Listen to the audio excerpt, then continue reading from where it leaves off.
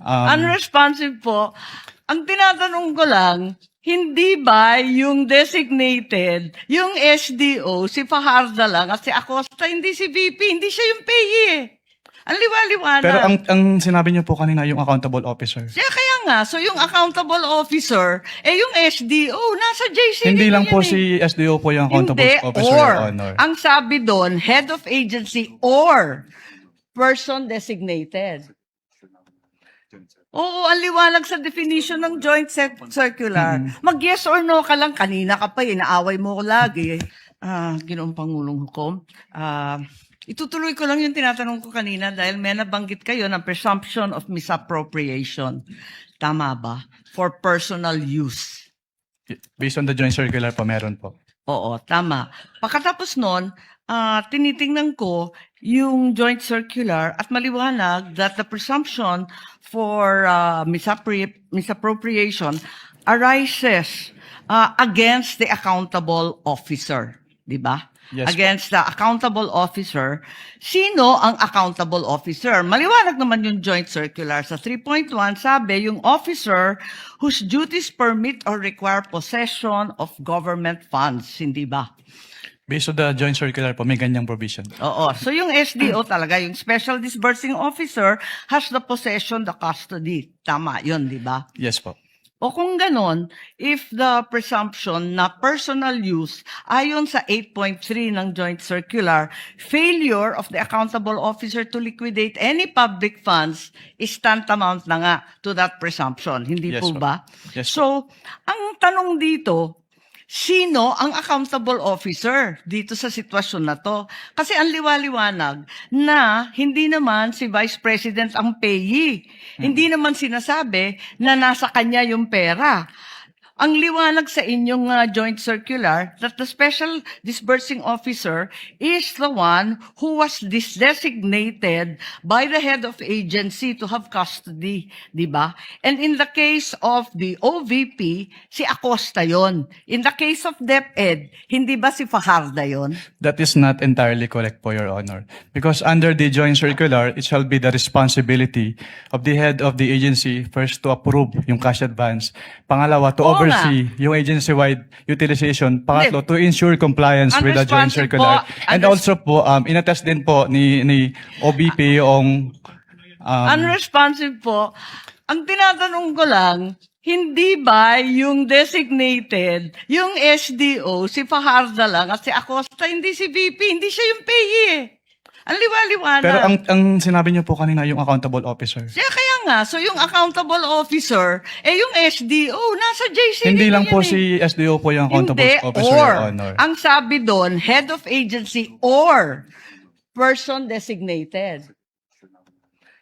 Oo, ang liwanag sa definition ng joint circular. Mag-yes or no ka lang. Kanina ka pa, inaaway mo ko lagi. Sorry po, Your Honor. But hindi po ako pwedeng mag-answer categorically since yun nga po yung provision But it's nung- categorical. na yes or Why don't either you go yes back or to your either joint no po. circular? Yo po. Kapag sinabi po kasing Doon categorical, sa it's either yes definition, po. ang or- liwaliwanag, SDO kapag na-designate ng head of office, di ba? But hindi po kasi doon na nalilimit lang yung term na accountable officer kasi may other provisions na applicable pa din po with respect to the term accountable officer. Asan? Kasi napakaliwanag doon sa definitions at pakaliwanag sa 8.3 ng joint circular. Yun nga po yung na-mention ko kanina. Interpretation na ninyo yun. hindi Pinapalawak po. ninyo andun eh. Head of office, Hindi head po of agency, or designated. Hindi po, Your Honor. Kasi yun nga po, nakalagay po doon sa... Sabi mo kanina yes, ngayon no naman. Wala po akong sinabing yes O po, Your sinabi Honor. mo kanina oo, SDO nga in charge. Sinabi ko lang po kung ano yung... Kinonfirm ko lang po kung ano yung SDO po, Your Honor. Attorney Wamel, kindly avoid arguing with Senator apologies Judge for your honor. Marcos. O sige Sorry. po. And kindly wind up, Senator Okay, Judge okay. Marcos. Pwede lang itanong kasi nalito ako kahapon. Kahapon sinabi mo na si VP Sara lang ang first and only vice president that you audited na may confidential funds. Hindi ba? Sinabi mo yun, di ba? Yes po, Your Honor. Tapos, kahapon, nung pinakita ng depensa, yung SARO na si VP Binay, noong 22 December 2014, may binigay na 6 million kay VP Binay ang DBM. Alin ba ang totoo sa dalawang sinabi mo magkatunggali? Yung pinakita po kahapon ay special allotment release order po. Ano.